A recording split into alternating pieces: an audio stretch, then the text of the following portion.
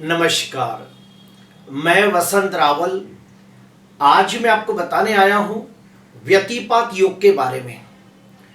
ज्योतिष शास्त्र के अंदर पंचांग का बहुत ज़्यादा महत्व होता है और पंचांग के 5 अंग होते हैं: तिथि, वार, नक्षत्र, योग और करण।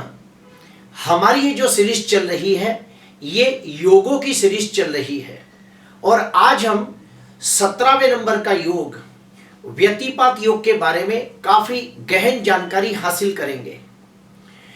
आपको मैं ये भी बता दूं कि योगों का सबसे ज्यादा उपयोग मुहूर्त शास्त्र के अंदर किया जाता है और मुहूर्त शास्त्र के भी 6 बड़े बड़े ग्रंथ हैं जिसके नाम है मुहूर्त मार्तंड, मुहूर्त गणेश, मुहूर्त चिंतामणि, मुहूर्त पारिजात, मुहूर्त धर्म सिंधु और आखिरी में आता है निर्णय सिंधु।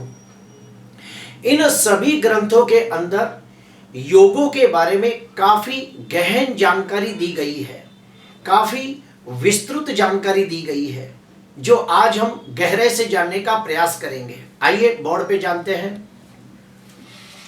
जैसे आप सभी को पता है, जैसे 27 नक्षत्र होते हैं वैसे ही 27 प्रकार के अलग अलग योग होते हैं और इन 27 योगों के अंदर 14 प्रकार के योग बहुत ही अच्छे माने गए हैं जिसके नाम है प्रीति योग, आयुष्मान योग, सौभाग्य योग, शोभान योग, सुकर्मा योग, वृद्धि योग, वज्र योग, सिद्धि योग, शिव योग, सिद्ध योग, साध्य योग, शुभ योग, शुक्ल योग और ब्रह्मा योग। मुहूर्त शास्त्र के अनुसार इन 14 योगों को बहुत ही शुभ माना गया है। इन योगों के अंदर आप कोई भी प्रकार का शुभ कार्य और कोई भी प्रकार का मांगलिक कार्य बेझिझक कर सकते हो और कोई भी शुभ कार्य किया जाए तो उसके अंदर निश्चित तौर पे बहुत अच्छी सफलता और सुख प्राप्त होता है। अभी हम लोग जानेंगे 5 प्रकार के मध्यम योग जिसके नाम है ध्रुव योग, हर्षण योग, वर्यान योग, परिग योग और ऐन्द्र योग और आखिरी में आते हैं 8 प्रकार के अशुभ योग। अगर इन योगों में किसी का जन्म हो जाए तो पंडित जी आपको पैदा होते ही 1 साल के अंदर और फिर 15 साल के अंदर उसकी शांति पूजा करने को कहते हैं। वो कौन कौन से 8 अशुभ योग है तो सुनिए। विषकुंभ योग, अतिगंड योग, ध्रुति योग, शूल योग, गंड योग, व्याघात योग, व्यतिपात योग और वैधृति योग। अगर इन 8 योग के अंदर कोई बच्चे का जन्म हो जाता है तो उसके पैदा होते ही 1 साल में और फिर 15 साल में उसकी शांति पूजा करने को कहा जाता है। और अगर मान लो कोई व्यक्ति अपने बच्चे की 1 साल में और 15 साल में पूजा न करे तो क्या होता है? तो सबसे पहला उसका बैड इफेक्ट क्या होता है सुनिए। 1 साल से लेके 8 वर्ष तक बच्चा बार बार बीमार पड़ता है क्योंकि उसका रोग प्रतिकारक शक्ति कमजोर होती है और उसके वजह से वो बच्चा बार बार बीमार पड़ता है।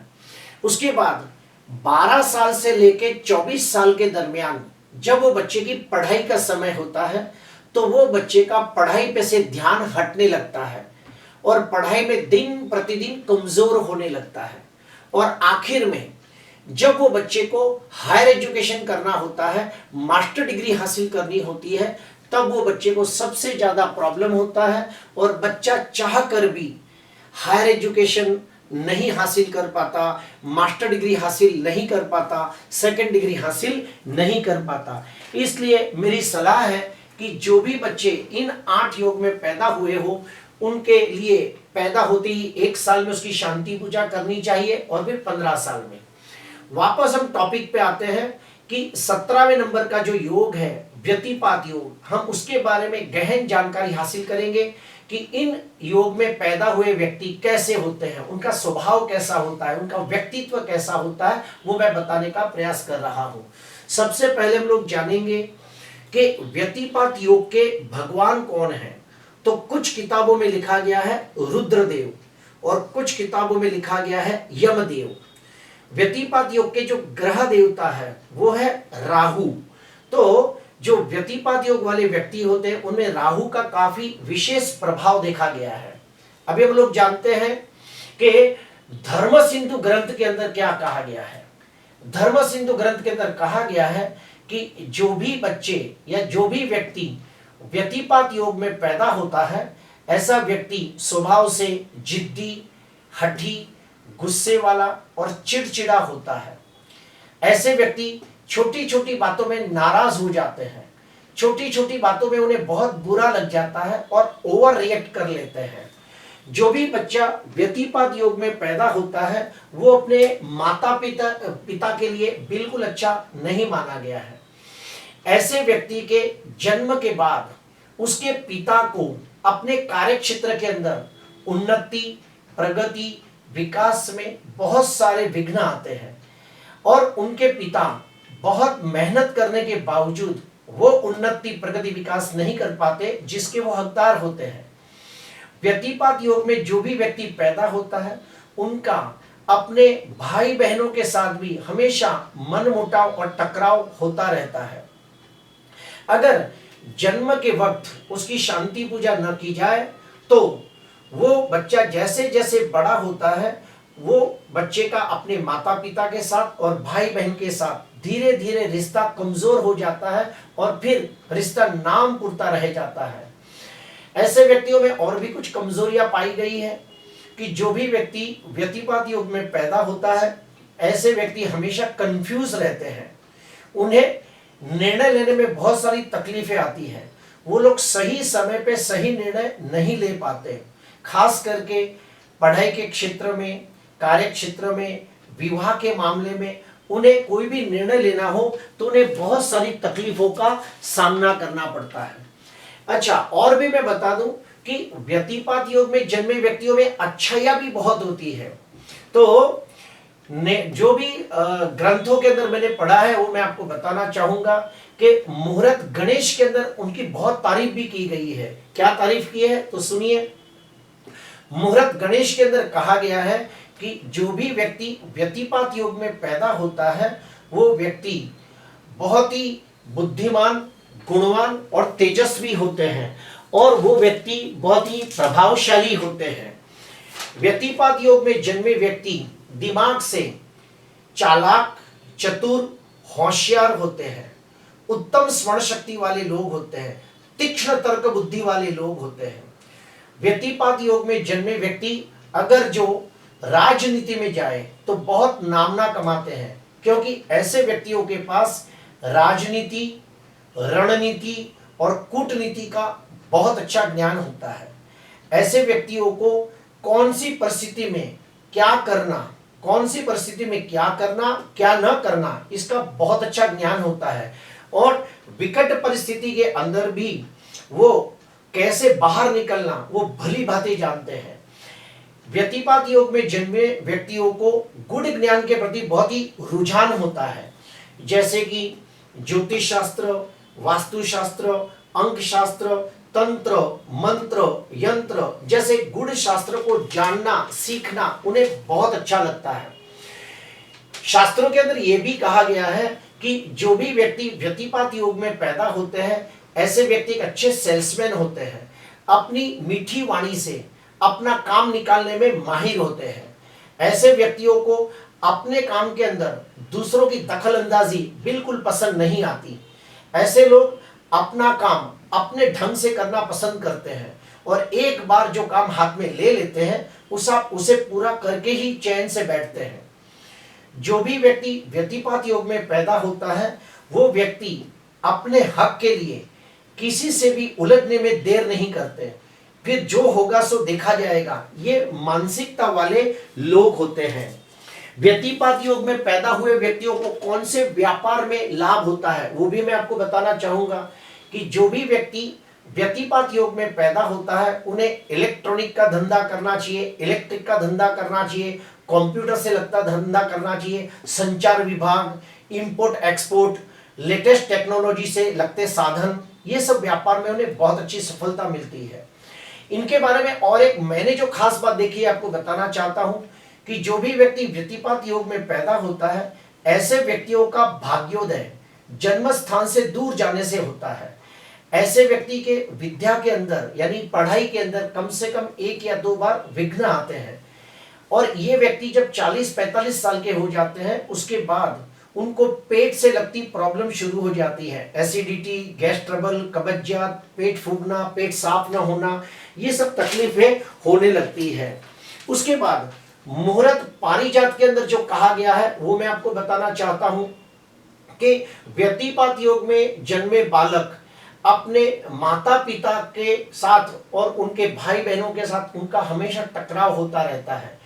व्यतिपात योग के जो बच्चे होते हैं वो हमेशा बहुत मेहनत करने के बावजूद वो उन्नति, प्रगति, विकास नहीं कर पाते जिसके वो हकदार होते हैं। ऐसे व्यक्तियों को वो मान, सम्मान, पद, प्रतिष्ठा भी प्राप्त नहीं होती जिसके वो हकदार होते हैं। और व्यतिपात योग में जन्मे व्यक्ति अगर जो साहसिक क्षेत्र में जाए तो उन्हें बड़ी नामना प्राप्त होती है, जैसे कि पुलिस खाता, navy, army, military, CRPF, BSF, अग्निशामक, होमगार्ड जैसे कार्य क्षेत्र में, साहसिक कार्य क्षेत्र में जाए तो उन्हें नेम और फेम दोनों प्राप्त होते हैं, अर्थात मान, सम्मान, पद, प्रतिष्ठा सब प्राप्त होती है। ऐसे व्यक्ति एक अच्छे देशभक्त बन सकते हैं और देश की रक्षा के लिए अपनी जान की भी बाजी लगा सकते हैं। प्रिय दर्शकों, अभी हम जानेंगे कि जो भी व्यक्ति व्यतिपात योग में पैदा हुआ हो तो उसकी शांति पूजा कैसे करते हैं। तो उसके खास 3 बातें बता दूं कि हमें सबसे पहले पंचांग में देखना होता है कि व्यतिपात योग कब आ रहा है। जिस दिन व्यतिपात योग हो उसी दिन इसकी शांति पूजा करनी चाहिए। दूसरा, अपने घर से 14-15 किलोमीटर दूर किसी मंदिर में जाके पूजा करनी चाहिए और वो मंदिर होना चाहिए शिव जी का या फिर दुर्गा माता का। तीसरा, किसी कर्मकांडी विद्वान ब्राह्मण के हाथों से पूजा करनी चाहिए। अभी हम लोग जानेंगे पूजा में क्या क्या होता है, कौन कौन सी विधि विधान होता है, वो भी मैं आपको बताना चाहता हूं। सबसे पहला, गौ मुख प्रसव शांति की जाती है, अर्थात गाय के मुख से फिर से जन्म करवाना, इसे हम लोग कहते हैं गौ मुख प्रसव शांति की जाती है। उसके बाद पंडित जी संकल्प लेते हैं। उसके बाद अग्नि पूजन होता है यानी कि दीप पूजन होता है। दीप पूजन होने के बाद गणेश पूजन, कलश पूजन, पुण्यवाचन, मातृका पूजन, नवग्रह पूजन, नक्षत्र पूजन, रुद्र पूजन, राहु की पूजा खास की जाती है और यमराज की पूजा की जाती है। ये सारी पूजा होने के बाद फिर होम हवन यज्ञ होता है। उसके बाद 27 वनस्पतियों को तोड़ के पानी में उबाला जाता है। वो पानी जब ठंडा हो जाता है तो वो पानी से बच्चे का अभिषेक किया जाता है। अभिषेक करने का भी प्रोसीजर है। एक मटके के अंदर 27 खड्डे किए जाते हैं, उसके अंदर पानी डाल के अभिषेक किया जाता है। या फिर चावल चालने की जो आटा छनने की जो छन्नी होती है उसमें पानी डाल के अभिषेक किया जाता है। ये अभिषेक होने के बाद बच्चा और उसके माँ बाप को छाया पात्र के अंदर अपना मुंह देखना होता है। ये छाया पात्र क्या होता है? तो एक कांसे की थाली के अंदर देशी घी भरा जाता है और उसके अंदर थोड़ा सा सोना डाला जाता है, यानी कि स्वर्ण का एक टुकड़ा डाला जाता है। और उसके अंदर बच्चा और उसके माँ बाप तीनों जन एक साथ अपना मुंह देखते हैं। उस समय भी कुछ खास मंत्रोच्चार किए जाते हैं। प्रिय दर्शकों, गौमुख प्रसव शांति के भी कुछ मंत्र हैं। उसके बाद छाया पात्र के भी कुछ मंत्र हैं। ये सारे मंत्रोच्चार होने के बाद बच्चे को अपने कपड़े चेंज करने चाहिए। जिस व्यक्ति की पूजा हुई है वो व्यक्ति और उसके माता पिता ब्राह्मण के आशीर्वाद ले, ब्राह्मण को दान दक्षिणा दे और फिर अपने घर पे आए। तो इस प्रकार से व्यतिपात योग की शांति पूजा की जाती है। आज मैंने आपको बताने का प्रयास किया कि व्यतिपात योग में जन्मे बच्चे कैसे होते हैं और उसकी शांति पूजा कैसे की जाती है। अगर आपको अच्छा लगा हो तो जरूर लाइक करना, सब्सक्राइब करना। नमस्कार।